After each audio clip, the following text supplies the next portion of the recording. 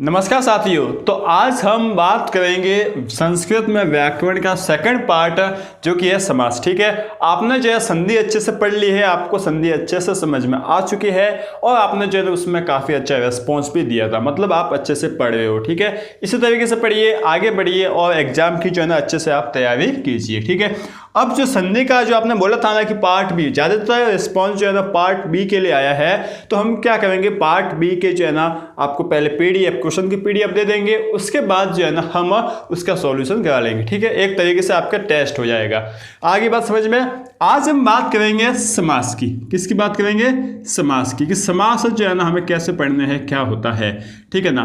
देखिए समास जो है ना इसकी हम बात करते हैं, तो इस साल जो है ना हम बात करते हैं 2020-21 के अनुसार, कि 2020-21 के अनुसार जो है हमें समास किस तरीके से पूछे जाएंगे। तो यही पैटर्न है, सेम संधि जैसे पैटर्न है, 1+1 का पैटर्न है, 2 क्वेश्चन टोटल आ जाएंगे। और नंबर की हम बात करें तो 2+2 जो है 6 नंबर का आपको इस साल के मॉडल पेपर में बताया गया है। ठीक है, और हम बात करते हैं, देखिए 1 नंबर का जो है ना आपको आ जाएगा समास विग्रह करना। क्या आ जाएगा? समास विग्रह। और जो है ना दूसरा 2 नंबर का जो दूसरा क्वेश्चन आएगा उसमें समास दे रखा होगा कि आप इसका समास बनाइए। ठीक है, साथ ही साथ इसका भी नाम लिखना पड़ेगा आपको, और जो है इस समास का भी, इसमें भी जो आपको नाम लिखना पड़ेगा।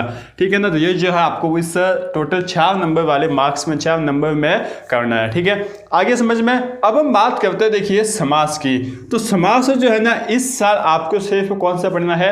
अव्ययी भाव समास, बस यही जो है आपको पढ़ना है, बाकी कोई दूसरा पढ़ना है नहीं। इसका मतलब लगभग देखिए 1 और 1 2 नंबर तो जो है ना हमारे इससे आगे, कितने आसानी से आगे। क्योंकि देखिए ये 1 नंबर का पहला क्वेश्चन है ना, उसमें आपको जो है ना 2 नंबर पूछ रखा है ना, 2 नंबर के 2 सवाल जो है पूछ रखे होंगे। ठीक है, इसमें आधा क्वेश्चन तो जो है ना उस समास को करने का और आधा समास का नाम लिखने का। ठीक है ना, समास का नाम लिखने का, समास नाम, इसमें भी आधा नंबर ये आ गया और आधा नंबर यहाँ पर भी समास नाम आप लिख लोगे। ठीक है, समास नाम जो है आप लिख लोगे, ये आपने लिख लिया। इसी तरीके से देखिए दूसरे क्वेश्चन में भी जो है ना क्या होगा, 2 आपको दे रखे होंगे। ठीक है, इनमें से जो है आधा तो ये काम करने का और आधा जो है ना क्या होगा, समास नाम लिखने का। ठीक है ना, इस तरीके से जो है ना आपका हो जाएगा, मतलब आधा प्लस आधा प्लस आधा प्लस आधा, 2 नंबर तो जो है आपको सिर्फ नाम लिखने के मिल रहे हैं, और नाम सिर्फ आपको क्या लिखना है, अव्ययी भाव समास। इसके जो है आपको 2 नंबर मिले। कितना सिंपल है, कितना आसान है। आप जो है इस साल के लिए तो आपको 90+ क्या 95+ लाने हैं। ठीक है, और दूसरे बच्चे 2 मार्क्स उसको जो है ना हम फटाफट कंप्लीट कर लेते हैं, जिससे आपका पूरा समास जो है ना इसी वीडियो में कंप्लीट हो जाएगा। ठीक है, चलिए देखिए अब हम बात करें समास की। तो समास एक्चुअल में होता क्या है, समास का मतलब क्या होता है? देखिए समास में जो है ना, चाहे हिंदी हो या संस्कृत, समास का सीधे सीधे मतलब ये होता है कि जब 2 या 2 से अधिक पद आपको दे रखे होते हैं ना, तो उन 2 या 2 से अधिक पदों को जो है ना संक्षिप्त करके एक पद में लिखना ही जो है वो क्या कहलाता है, समास। जिस संक्षिप्त शब्द से, जिस संक्षिप्त पद से हम उसको लिखते हैं ना, वही जो है समास कहलाता है। जैसे कि देखिए मैं आपको बात करूं, जैसे कि आपको बोलिए सीतायापति। ठीक है, सीतायापति ही। ठीक है ना, यह जो है इसका क्या मतलब हो गया कि सीता के पति। ठीक है, इसको जो है ना आप जब संक्षिप्त करके लिखोगे ना, तो आप क्या लिख लोगे, सीतापति। बस ये जो है ना आपने लिख लिया, तो ये जो है ना इसका, ये आपका क्या हो गया, समास हो गया। ठीक है, और जब आप इसका विग्रह करोगे, इसको तोड़ोगे, तो आप क्या करोगे, समास विग्रह। इस तरीके से जो है ना काम करता है। जैसे कि हिंदी में आपको एग्जाम्पल बताओ कि ऐसा स्थान जहां पर हम पूजा करते हैं, तो उससे हम क्या कहते हैं, पूजा घर। तो ये जो है ना पूरा एक बड़ा सा शब्द था, इसको जो है ना हमने तोड़कर संक्षिप्त करके एक शब्द में लिख लिया, जो कि क्या है, पूजा घर। ठीक है ना, तो इसे जो हम बोलते हैं समास। समास में ज्यादा आपको समझना है नहीं, बस ये आपको जो है वो समझना है। ठीक है, अब हम बात करते हैं, देखिए इस साल के लिए आपको कौन सा पढ़ना है, अव्ययी भाव समास। कौन सा पढ़ना है, अव्ययी भाव समास। यह समास जो है ना आपको पढ़ना है। ठीक है, अब जो है ना इस समास में टोटल जो है ना कितने हैं, टोटल आपको देखिए सबसे पहला जो है आपको पढ़ना है कौन सा, उप। इसके बाद जो है ना आपको पढ़ना है यथा। इसके बाद जो है ना आपको पढ़ना है प्रति। ये सभी अव्यय है। ठीक है, मैं आपको बताऊंगा क्या है। उसके बाद जो है ना आपको पढ़ना है, आपको नेव पढ़ना है, और इसके बाद जो है ना आपको पढ़ना है अनु, और इसके बाद जो है ना आपको पढ़ना है अधि। ये टोटल जो है ना आपको 2, 4, 6 अव्यय पढ़ने हैं। आपको अव्यय भाव में टोटल 6 अव्यय है, इनके बारे में जो है आपको पढ़ना है। ठीक है, समझ में आ गई बात। अब अव्यय भाव की मैं आपको विशेषता बताऊंगा, लेकिन उससे पहले मैं बताऊंगा कि यह वीडियो जो है वो 30 मिनट का होने वाला है, लगभग 30 मिनट, 25 मिनट या 30-32 मिनट होगा। अब इसमें स्टार्ट के 20 मिनट में जो है ना मैं आपको क्या समझाऊंगा कि जो अव्ययी भाव समास है ना वो होता क्या है, इसको क्या कहते हैं। लेकिन देखिए संस्कृत में आप पूरी ग्रामर पढ़ने जाओगे ना, जो भी ग्रामर पढ़ोगे, जो भी पाठ, उसमें जो है ना पिछली वाली कक्षाओं का भाग ज्यादा है। जैसे कि आपने 6th 7th 8th 9th में जो पढ़ा था ना, लट लकार हो गया, ठीक है ना, विभक्ति वगैरह होगी, तो उन सब का जो है ना इसमें ज्यादा यूज आता है। अब होता है क्या है कि ज्यादातर बच्चों ने जो है ना वो पिछली कक्षा में पढ़ने रखे हैं, और यदि पढ़ रखे हैं तो उनको याद नहीं होता है। ठीक है, सिंपल सी बात यह है। तो यहाँ आकर जो है ना बच्चे कंफ्यूज हो जाते हैं और उनकी वजह से उनको संस्कृत टफ लगने लगती है।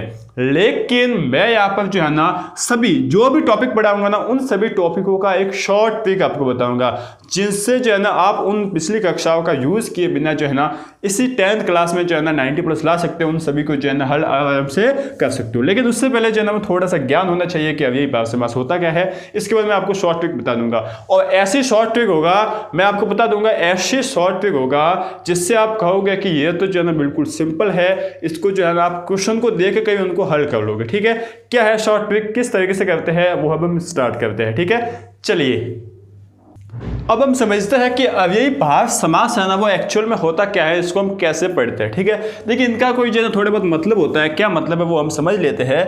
देखिए इसमें जो है ना अव्ययी भाव समास की हम बात करें तो इस अव्ययी भाव समास में प्रथम पद जो है ना वो अव्यय होता है, और जो द्वितीय शब्द होता है, द्वितीय पद हम बोल सकते हैं, द्वितीय पद जो है ना वो क्या होता है, आपका संज्ञा होता है। ठीक है, कैसे होता है ये मैं आपको अभी बताऊंगा। दूसरा क्या होता है कि इसमें जो है ना पूर्व पदार्थ होता है, पूर्व पद जो होता है ना उससे पूर्व पद की प्रधानता होती है, अर्थात जो अव्यय शब्द होगा ना, जो भी अव्यय शब्द होगा उस अव्यय शब्द की प्रधानता होगी। इसका मतलब क्या है कि स्टार्ट में जो आपको अव्यय दिख रहा है ना, उस अव्यय को देखे हुए आप पता लगा लोगे कि इसमें क्या है, किस तरीके से उसका पूरा पोस्टमार्टम कर लोगे उस अव्यय शब्द को देख कर भी। ठीक है ना, अब कैसे करोगे वो भी मैं आपको भी समझाऊंगा। और इसमें दोनों पद मिलकर जो है ना एक अव्यय हो जाता है, दोनों पद मिलकर जो है ना एक पूरा अव्यय हो जाएगा।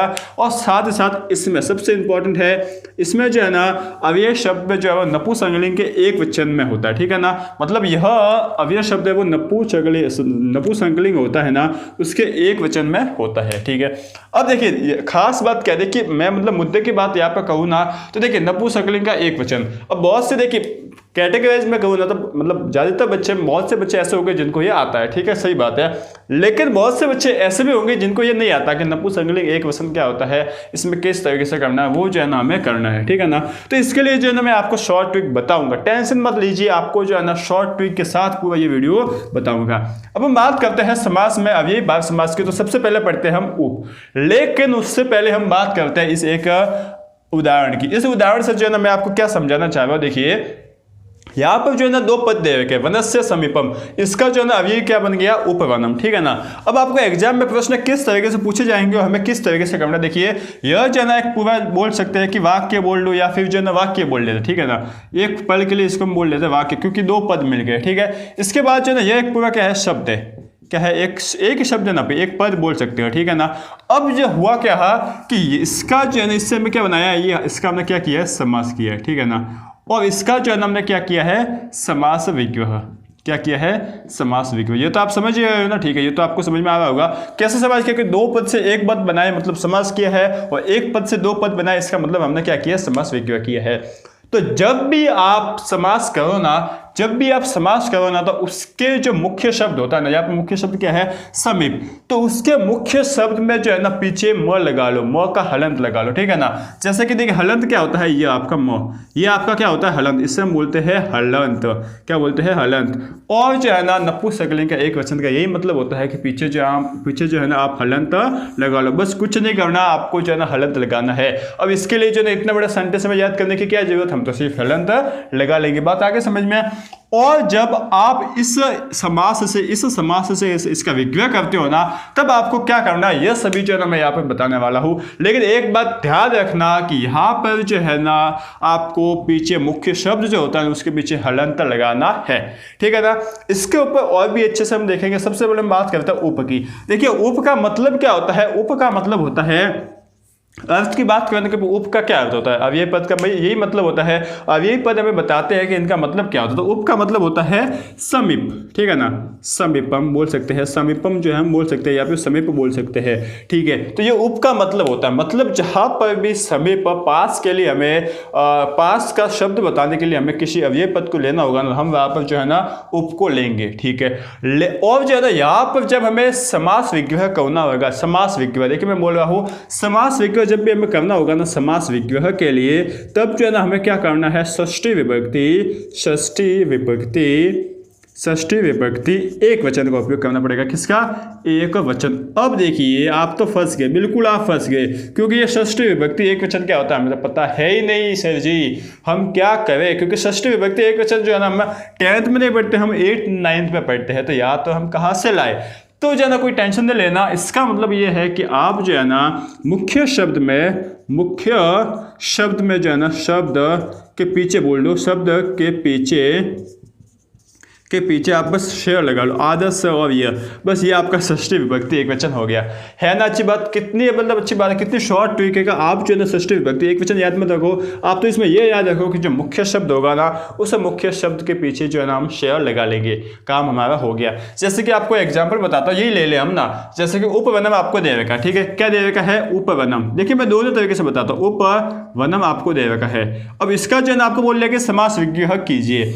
अब देखिए उप का मतलब क्या होता है, उप का मतलब होता है समीपम, तो आपको ये समीपम तो जो है ना पीछे लिख लेने का है, समीपम तो जो है वो पीछे लिखने का ही है, इतना तो आपने कर लिया। अब आगे क्या लिखोगे, देखिए आगे यहाँ पर क्या दे रखा है, वन दे रखा है ना, वनम दे रखा है ना, तो इसमें मुख्य शब्द क्या है, वनम है या वन है, वन है मुख्य शब्द, तो वन है, ठीक है। तो इस वन के पीछे जो है ना आप क्या लगा लो, शेयर लगा लो, आपका काम हो जाएगा, वनस्य समीपम, वनस्य समीपम, ठीक है ना। जैसे कि देखिए आपका हो गया ना, कितनी अच्छे तरीके से हो गया, आ गया समझ में। और भी हम अच्छे से देखते हैं, यदि आपको यह दे दिया है वनस्य समीपम, क्या बोल दिया गया है, वनस्य समीपम, यह दे दिया गया है ना, तो आप क्या करोगे, आप यह करोगे कि हमें बोल दिया गया है समीपम, और समीपम मतलब पास में, और समीपम के लिए हम किसका यूज करते हैं, उप का, ठीक है। तो उप तो जो है ना आपको आगे लिखना ही है, उप तो आगे लिखना ही है, और जो पीछे आप लगाओगे मुख्य शब्द जो लगाओगे ना, उस मुख्य शब्द के पीछे हलंत लगा लो, आपका काम हो जाएगा। तो आप लिख लोगे वनम और वनम जो है आपका हो जाएगा। सबसे सिंपल जो है ना समास बनाना होता है, समास विग्रह करना थोड़ा सा मुश्किल पड़ता है, थोड़ा सा, ज़्यादा नहीं, थोड़ा सा मुश्किल पड़ता है, लेकिन समास बनाना तो बहुत ही ईजी होता है। बस आपको जो है ना उस अव्यय को पहचानना होता है कि कौन सा अव्यय पीछे लगेगा, उसके बाद तो जो है ना मुख्य शब्द के पीछे हलंत ही लगाना है, बाकी कुछ करने का है नहीं, ठीक है ना। और भी हम 2-3 एग्जाम्पल देखते हैं जिससे जो है ना आपको ये उप वाला कंसेप्ट बिल्कुल समझ में आ जाएगा, ठीक है। चलिए जैसे कि देखिए हम बात करें उपकृष्णम, आपको दे रखा है उपकृष्णम, उपकृष्णम ये आपको दे रखा है, और एक और ले ले उपनिडम, ये आपको जो है ना दे रखा है उपनिडम, ठीक है ना। अब देखिए आपको क्या करना, आपको जो है ना इसका क्या करना, समास विग्रह करना। समास विग्रह जो है ना थोड़ा सा मुश्किल होता है, इसलिए हम समास विग्रह आराम से देख लेते हैं। आपको जो है ना उप दे रखा है, इसका मतलब पीछे तो आप समीपम लगाओगे ही, ये तो जो है ना आपको पीछे काम करनी है, ठीक है। तो समीपम तो जो है ना हम यहाँ पर उप दे रखा, तो समीपम तो हम लगा ही लेंगे, ये काम तो जो है ना हम कर लेंगे। इसके बाद यहाँ पर मुख्य शब्द क्या है, कृष्णम है या कृष्ण है, कृष्ण मुख्य शब्द है, तो कृष्ण के पीछे शेयर लगा लेंगे, तो अब हम लिख लेंगे कृष्णस्य समीपम। इसके बाद यहाँ पर नीडम मुख्य शब्द है या नीड है, तो हम बोलेंगे नीड है, तो क्या बोलेंगे हम, नीडस्य समीपम।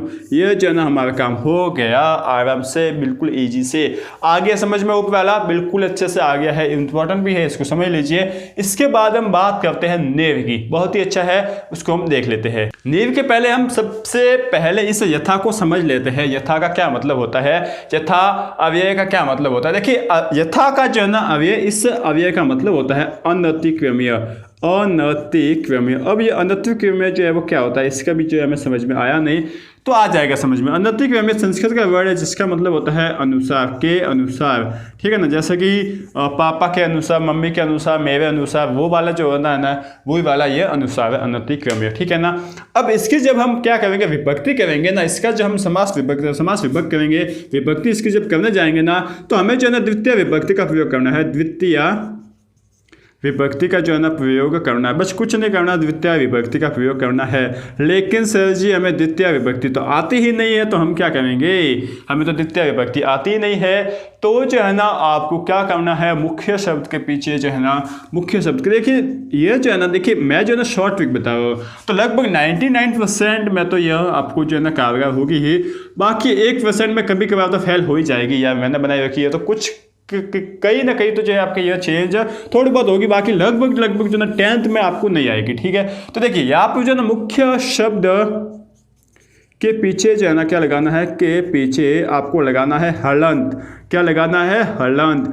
अब ये तो जो है ना किससे सिंपल निकला, उस उप से भी सिंपल निकला ससुरा। कैसे निकला देखिए, बात करते हैं मुख्य शब्द के पीछे हलंत की। जैसे कि हम जो है बात कर लेते हैं, देखिए एक एग्जाम्पल अच्छा सा ले लेते हैं, इससे जो है ना आपको समझ में आ जाएगा। देखिए यथा शक्तिम, ठीक है ना, यथाशक्तिम, यथाशक्तिम ये जो है ना हमने ले लिया। इसके जो है ना एक और ले लेते हैं, जैसे कि यथोचितम, चितम, ठीक है ना। अब हम बात करते हैं इन दोनों की, बहुत ही अच्छे से एग्जाम्पल है। आपको जो है ना ये तो इतना सिंपल लगेगा कि सर बस अब तो बॉस आ गया, ठीक है ना। देखिए हम जो है ना इसका बॉस बनने जा रहे हैं। यथाशक्तिम की हम बात करते हैं ना, तो आपको जो है ना सबसे पहले यथा दिख गया, आपको जो है ना अव्यय ढूंढना है। जैसे कि देखिए आपको उप दिख गया तो आप लिखोगे पीछे समीपम, आपको यहाँ पे यथा दिख गया तो आप पीछे लिखोगे अनतिक्रम्य। तो हम अनतिक्रम्य तो जो है वो लिख लेंगे, अनतिक्रम्य जो है वो हम लिख लेंगे। यहाँ पर भी यथा देख लिया तो हम लिख लेंगे अनतिक्रम्य, तो जो है वो लिख ही लेंगे। इतना तो जो है हम कर ही लेंगे, ठीक है। तो और हमें क्या करना है, हमें जो है ना मुख्य शब्द भी ढूंढना है। मुख्य शब्द ढूंढकर इसके पीछे जो है ना हमें क्या लगाना है, हलंत। मुख्य शब्द के पीछे हमें लगाना है हलंत। तो मुख्य शब्द क्या है, मुख्य शब्द है हमारे यहाँ पर शक्ति। देखिए शक्ति मतलब हमारा क्या है, शक्ति, क्या है, शक्ति। और इसके पीछे लगाना है हलंत, तो हम लगा लेंगे शक्तिम। तो क्या हो गया, शक्तिम अनतिक्रम्य। अब देखिए आपको कुछ खास दिखा, आपको क्या खास दिखा कि यहाँ पर जो है ना शक्तिम है और यहाँ पर भी शक्तिम है। तो चेंज किया है, बिल्कुल कोई चेंज नहीं है। यहाँ पर जैसा आपको दे रखा है ना वैसा का वैसा लिखना है। कितना सिंपल है, बस आपको जो दे रखा है वो लिखना है, बस आपको यथा देखना है। यदि यथा दिख जाए तो आपको अनतिक्रम्य लिखना है, बाकी तो इसको तो जो है ना इसके अनुसार ऐसा का ऐसा ही लिखना है। जैसे कि हम बात करें यथो उचितम, ठीक है ना, तो यथा का मतलब तो जब ना अनतिक्रम्य में लिख लिया। अभी वो उचितम मतलब क्या है कि उचितम देगा, ठीक है ना, उचितम है ये, उचितम, ठीक है। यहाँ पर संधि कर ली गई तो यथो उचितम हो गया, बाकी क्या है उचितम। तो हम जो है ना यहाँ पर बस हमें कुछ नहीं करना, उचितम ही लिख लेने का है। कितना सिंपल है।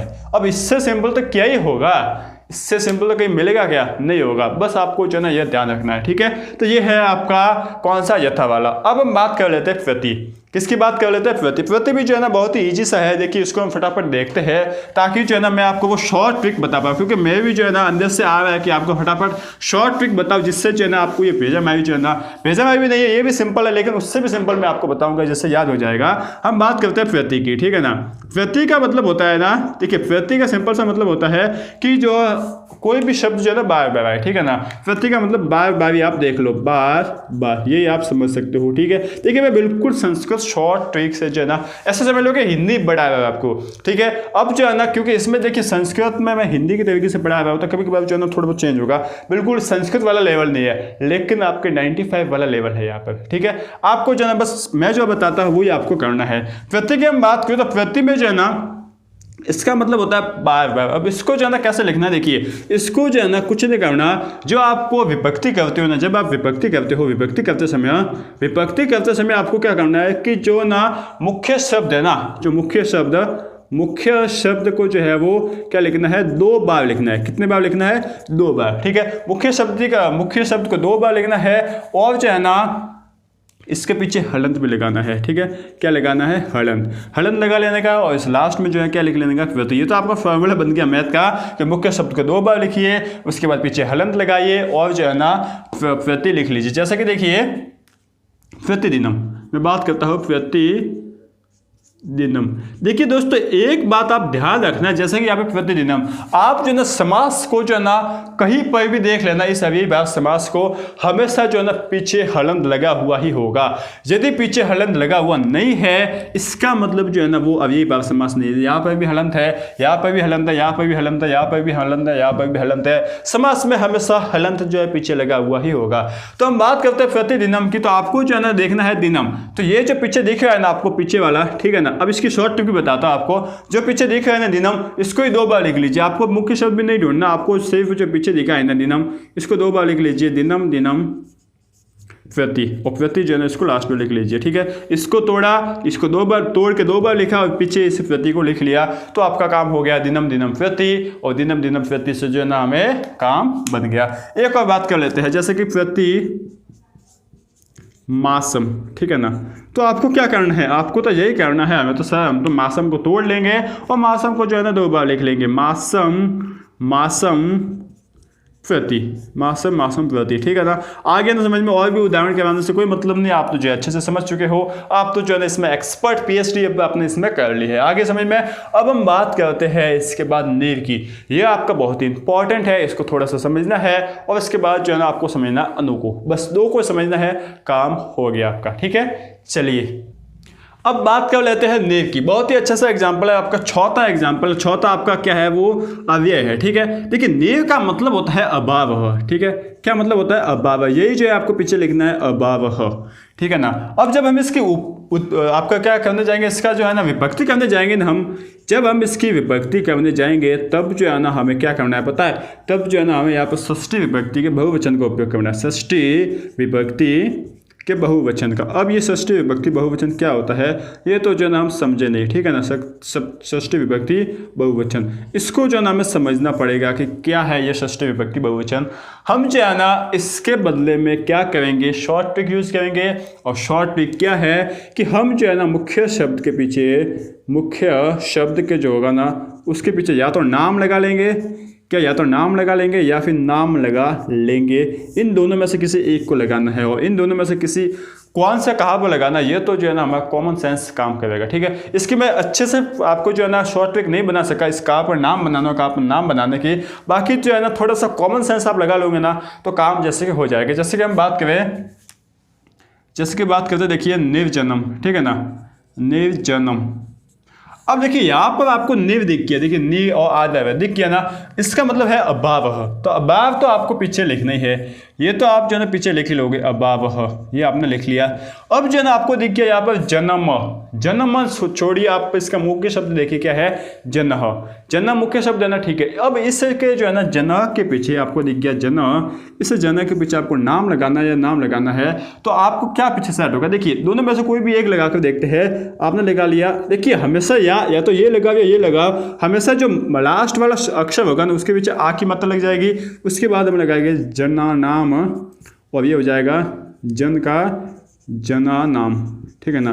कौन सा सही होगा, जना नाम या फिर जना नाम। जना नाम तो जो है हमें यहाँ पर बैठ रहा है, क्यों बैठ रहा है, देखिए आपको उच्चारण से पता चल जाएगा। जना नाम न आ रहा है, यहाँ पर जना नाम आ रहा है, ठीक है। तो जो ना हमारे यहाँ पर जना नाम सेट हो रहा है, जना नाम। एक और एग्जांपल देखते हैं, जैसे कि देखिए निर्जलम, ठीक है ना, निर्जलम।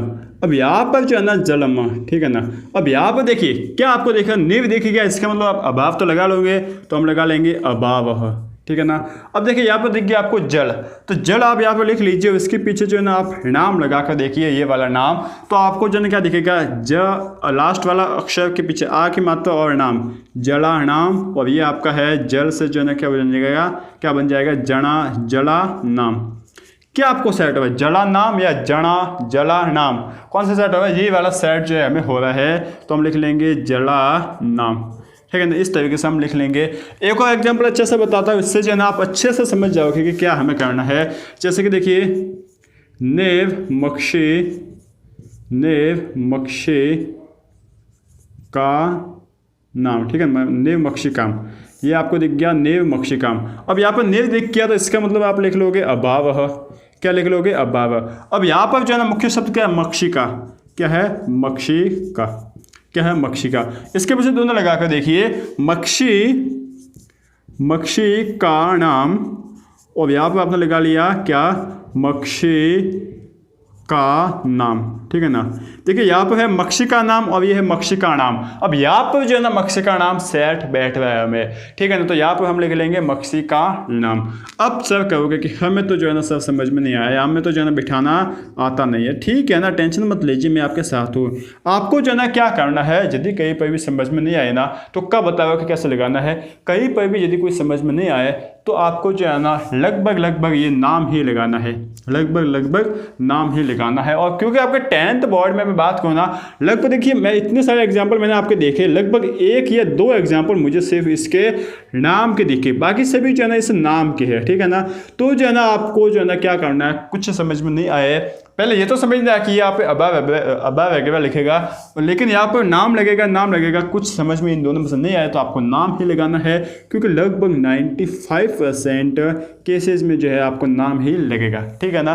तो जो है ना चांस आपके सही होने की ज़्यादा चांसेस है। आगे समझ में अब तो कोई टेंशन नहीं है, ठीक है। और भी मैं आपको एग्जाम्पल दे दूंगा इससे, जिससे आप समझ जाओगे कि क्या एक्चुअल में सही बात है, ठीक है। अब हम बात करते हैं अणु की। देखिए अणु जो आपका अवयव शब्द ना, इसके 2 उपयोग है, इसलिए जो है ना इसमें थोड़ा सा ज़्यादा कन्फ्यूजन रहता है।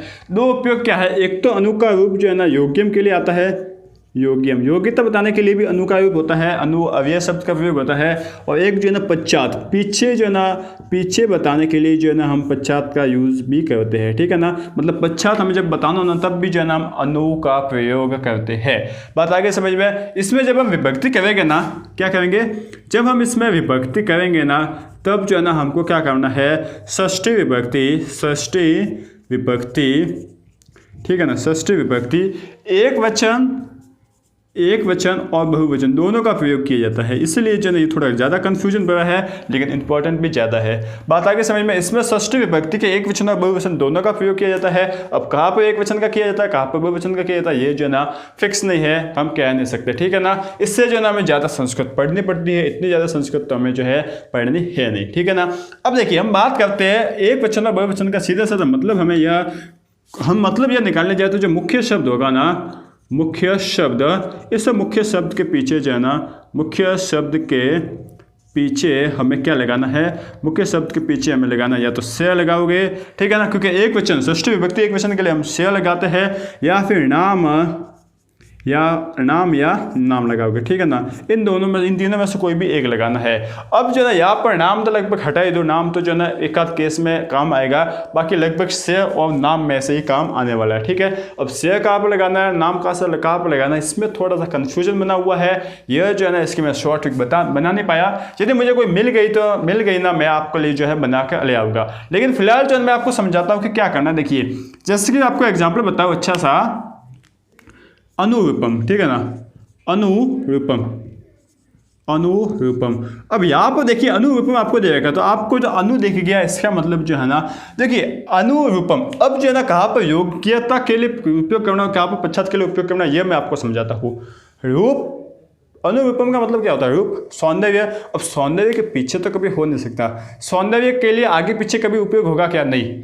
सौंदर्य के लिए कभी आगे पीछे का प्रयोग नहीं होगा, गुण के लिए कभी आगे पीछे का प्रयोग नहीं होगा। जैसे गुण के लिए मैं आपको बता दूं, जैसे कि मेरा सौंदर्य है, ठीक है, कि मैं अच्छा हूँ, मैं मतलब जैसा भी हूँ मेरे सौंदर्य को बता रहा हूँ, या फिर मैं मेरी क्वालिटी बताओ कि मैं वैसा हूँ, मैं ऐसे पढ़ता हूँ, ठीक है ना। तो जब भी गुण की बात आए, उसकी प्रतिभा की बात आए, उसके कौशल की बात आए, तो वहाँ पर जो है ना हम योग्यता का प्रयोग करेंगे कि वो 90+ लाने के योग्य है, ठीक है ना। तो वहाँ पर हम अनु का प्रयोग करेंगे। और जहाँ पर लगभग जो है ना प्लेस किसी वाहन का काम आ जाए, ठीक है ना, कोई जो है ना वाहन का नाम आपको दिख जाए, ठीक है, साथ ही साथ जो है ना कोई आपको प्लेस वगैरह दिख जाए ना, कोई स्थान वगैरह दिख जाए, तो वहाँ पर जो है ना आप इस पश्चात का प्रयोग करोगे। अब यहाँ पर अनु दिख गया और साथ ही साथ रूपम दिख गया, तो साफ सिंपल सी बात है, यहाँ पर रूप का मतलब सौंदर्य है, सौंदर्य के भी आगे पीछे होगा नहीं, आपका गुण है, तो गुण के लिए तो जो है ना हम हमेशा किसका प्रयोग करेंगे, योग्यम के लिए। तो ये हमने लिख लिया योग्यम। तो एक डाउट तो आपका खत्म हो गया भाई, 2-3 डाउट थे लेकिन एक डाउट तो मैंने आपका खत्म कर दिया, हो गया ना खत्म, ठीक है। अब दूसरा डाउट ये है कि सर हम कहाँ पर से लगाए, कहाँ पर नाम लगाए, ये तो हमें डाउट बना हुआ है। तो आप पहले रूप तो लिख लो, रूप तो मुख्य शब्द लिख लो। अब जो है ना आपको जो है ना देखिए रूपा नाम ये जो है ना कहीं बैठेगा नहीं, आपको जो है ना क्या करना है रूपस्य लिख लेगा, ठीक है। ये थोड़ा सा देखिए मैं सही बताऊँ तो मेरा भी डाउट बना हुआ है, क्योंकि मैंने अभी तक इसकी शॉर्ट ट्रिक ढूंढी नहीं है। जब तक मैं शॉर्ट ट्रिक नहीं ढूंढूंगा ना तब तक मेरा वो डाउट क्लियर होगा नहीं।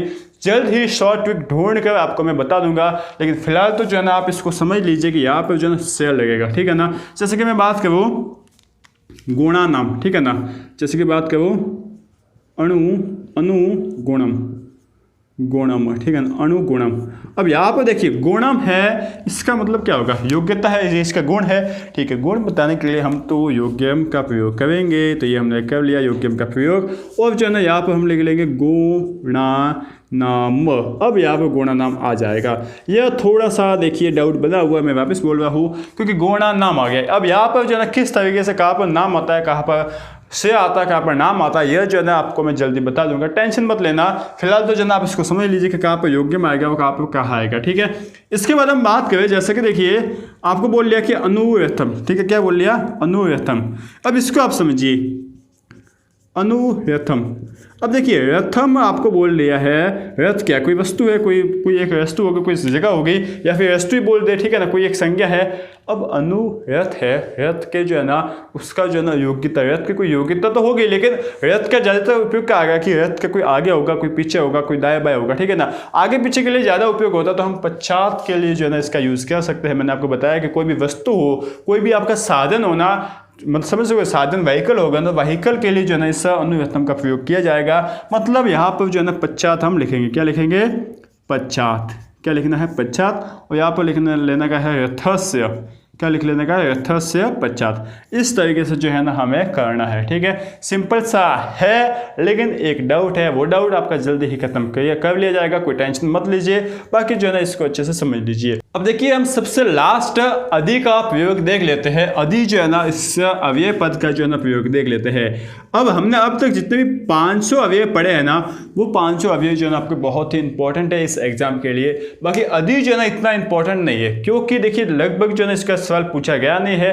15, 16 या 17 के आसपास जो है ना कभी पूछा गया था, बाकी इसका जो है ना कभी पूछा जाता है नहीं। लेकिन फिर भी हम जो है यहाँ पर पढ़ लेते हैं। देखिए अधि का प्रयोग जो है ना हम सप्तमी विभक्ति, ठीक है ना, इसका करते हैं सप्तमी विभक्ति के रूप में करते हैं। बस इसका प्रयोग जो है ना सप्तमी विभक्ति के रूप में ही किया जाता है। जहाँ पर हमें सप्तमी विभक्ति करनी होगी वहाँ पर इस अधि का प्रयोग किया जाता है। जैसे कि एग्जाम्पल मैं आपको बताऊँ, जैसे कि देखिए गृहे इति, ठीक है ना। इसके बाद देखिए गुणेशु इति। अब इसका एग्जाम्पल में एक खास बात है, देखिए लगभग तो ये पूछेगा नहीं, और यदि पूछेगा भी ना तो हमें जो है ना क्या पूछेगा, हमें जो है ना इसका संधि जो समास करने का पूछेगा। समझ में आ रहा है ना, इसका हमें समास करने को पूछ लिया जाएगा। जैसे कि देखिए गृहे इति गुणेशु इति, तो हम पता कैसे करेंगे कि यहाँ पर अधि है, तो यहाँ पर लास्ट में जो है क्या लिख रखा होगा, इति लिख रखा होगा। क्या लिख रखा होगा, इति। जैसे ही इति लिख गया तो हम जो है ना लिख लेंगे आगे अधि, क्या लिख लेंगे, अधि। और गृहे ये आपकी सप्तमी विभक्ति में है, तो गृहे का मुख्य शब्द क्या है, गृह, ठीक है ना। और इसके पीछे क्या लगेगा, हलंत, आपके समास में लेके जाएगा हलंत, ये आपको लिख लिया। इति आपको देखना है, इति है इसका मतलब अधि है, तो इति है इसका मतलब अधि है, और अधि है इसका मतलब गुणेशु है। गुणेशु सप्तमी विभक्ति है, तो सप्तमी विभक्ति का जो है ना मुख्य विभक्ति क्या हो जाएगा, मुख्य शब्द क्या हो जाएगा, गुण। गुण आपका हो गया। इसके बाद जो है ना आपको क्या लगाना है, म लगा लेने का है, तो अधि गुणम आपका हो गया, ठीक है। एक इसका अच्छा सा जीता जागता उदाहरण जो कि एग्जाम में अक्सर पूछा जाता है, वो क्या है, हेरो इति। देखिए इन 3-4 एग्जाम्पल और जो है ना 2-3 और एग्जाम्पल मैं आप 2-3 के 10 का एग्जाम्पल और बता दूंगा, उन एग्जाम्पल में से ही आपको आने हैं, ये आपके फिक्स बात है। हेरो इति, तो यहाँ पर जो है ना क्या हो जाएगा, अधि, इति से आपका आ गया अधि, और यहाँ पे आ जाएगा हवि, ठीक है ना, ये आपका काम हो जाएगा। अब आप कहोगे कि सर यहाँ पे हवि में क्यों नहीं आया, क्योंकि हवि जो है ना अपने आप में ही एक नपुंसकलिंग है, पहले से नपुंसकलिंग है, इसको जो है ना नपुंसकलिंग हमें बनाने की जरूरत है नहीं, ठीक है ना। तो ये है आपका अधि वाला पार्ट थोड़ा सा, ठीक है ना। आपको अधि दिख जाए ना, यदि आपको बाई चांस पूछ लिया गया कि अधि है, तो आपको इस अधि की वजह से तो पीछे तो लगाना इति, और इस गृहम की सप्तमी विभक्ति का प्रयोग करना, गृह की सप्तमी विभक्ति विग्रह होती है और गुणा की सप्तमी विभक्ति गुणेषु होती है। इस तरीके से जो है ना आपको करना पड़ेगा। आगे समझ में। अब हम बात कर लेते हैं इसके शॉर्ट ट्रिक की, जिसका आप अभी तक इंतजार कर रहे हो, जिसके लिए आप बैठे हुए हो। ठीक है, बहुत ही अच्छी शॉर्ट ट्रिक है। चलिए देखते हैं क्या है। अब देखिए, हम उस नस को पकड़ते हैं जो आपकी दुख रही है। ठीक है ना, मतलब हम ऐसी नस को पकड़ेंगे, ऐसी आपकी दुखती नस को पकड़ेंगे जिसको जो है ना पकड़ने से आपका वो नस जो है वो शांत हो जाएगी। मतलब हम जो है ना यहाँ पर उस पॉइंट को समझ रहे, उस डाउट को समझ रहे जो आपके दिमाग में आ रहा है। देखिए, आपके दिमाग में डाउट क्या था, जैसे कि देखिए वनस्य समीपम। ठीक है ना, समीपम यह आपको देगा, तो आप जो है ना क्या लिखोगे, उपवनम। तो आपको प्रॉब्लम क्या आएगी, उपवनम से वनस्य समीपम बनाने में या फिर वनस्य समीपम से उपवनम बनाने में, क्योंकि दोनों तरीके के सवाल तो आपको पूछे जाएंगे दोनों नंबर के। तो देखिए, वनस्य समीपम से जो है ना आपको उपवनम बनाने में आसानी होगी, क्योंकि समीपम जो है ना, समीपम से आप लिख लोगे उप, और यहाँ से जो है ना वन, ऐसा कैसे लिख लोगे, इसके पीछे लगा लोगे मका, ये आपका लगा लोगे हलंत। तो इससे जो है ना ये बनाने में आपका जो है क्या होगी, आसानी होगी, मतलब समास करने में आपको होती है आसानी। तो प्रॉब्लम क्या होती है, प्रॉब्लम होती है समास विग्रह करने में। प्रॉब्लम हमें क्या होती है, समास का विग्रह करने में। तो समास का विग्रह किस तरीके से करना है उसके मैं आपको पूरी ब्लूप्रिंट दे देता हूं, जिससे आपका समास विग्रह आसानी से हो जाएगा। कैसे होगा, देखिए आपको समास दिख गया उप। अब उप आपको आगे दिख गया, पीछे कुछ भी लिखा हुआ हो सकता है, उपवनम हो सकता है, ठीक है ना, उपकृष्णम हो सकता है, कुछ भी हो सकता है। आपको उससे जो है ना क्या करना है, आपको जो है ना क्या करना है, उस समास विग्रह करते समय जो मूल शब्द होगा ना, मूल शब्द आपको पता है, जैसे कि यहाँ पर क्या है, वन था। ठीक है ना, तो उस मूल शब्द के पीछे क्या लगाना, श। मूल शब्द के पीछे आप लगाओगे श, और फिर उसके पीछे जो है ना आपको समीपन लगा लेने का है। ठीक है ना, यह सारणी आप याद करोगे ना तो बाकी दूसरों को पढ़ने की जरूरत है ही नहीं। इसके बाद आप यथा आपको दिखेगा कहीं, और यथा के बाद कोई ना कोई मूल शब्द के पीछे हलंत जो होगा।